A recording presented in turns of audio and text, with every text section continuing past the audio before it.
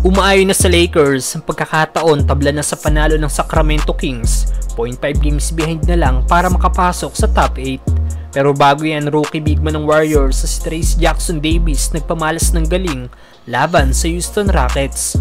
Bukod kina Klay Thompson at Stephen Curry na gumawa ng 29 points kanina laban sa Rockets, isa pang main factor ng panalo ng team ay ang solid performance ng kanilang rookie big man na si Trayce Jackson-Davis.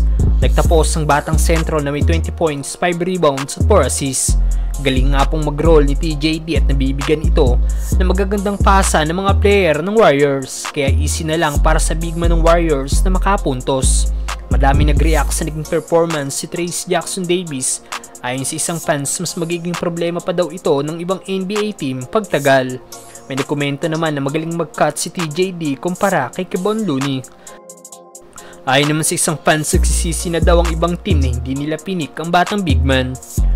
Well, number 57 pick nga po si TJD sa nagdaang NBA draft kung saan na-pick siya ng Wizards, pero dahil sa nakitaan nga po ito ng potensyal ng Warriors, kinuha kagad ito ng GSW kapalit ng cash consideration. Anong masasabi nyo sa laro ni Trayce Jackson-Davis, mga brother? Another lob, Trayce Jackson-Davis. But again, it's really Klay Thompson because he's acting like he's going to... Samantalang Lakers, aabutan ng Sacramento Kings.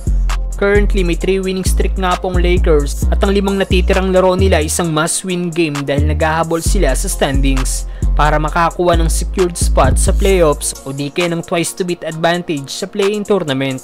At sa pagkatalo ng Kings kanina sa New York Knicks, tumabla na nga po ang Lakers sa panalo ng Kings na may 44 wins at 0.5 games behind na lang para maging top 8.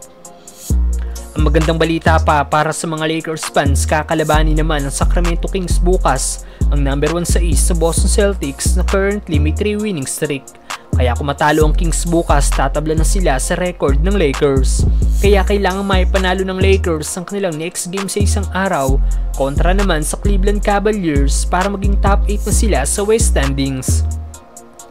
Isang beses pa nga lang po nagkakaharap ang Lakers at Cubs ngayong season kung saan tinalo ng Lakers ang Cubs sa score 121-115 sa likod ng 32 points at 13 rebounds ni Anthony Davis. Ang good news pa sa Lakers, sa home court nila magaganap ang laban sa isang araw, kaya malaki ang chance na makuha nila ang panalo.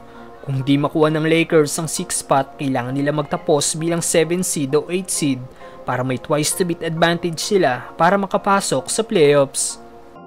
Time on the clock. It's interesting. Yeah, they probably looked at the score themselves and said, let's just get it right here. But LeBron!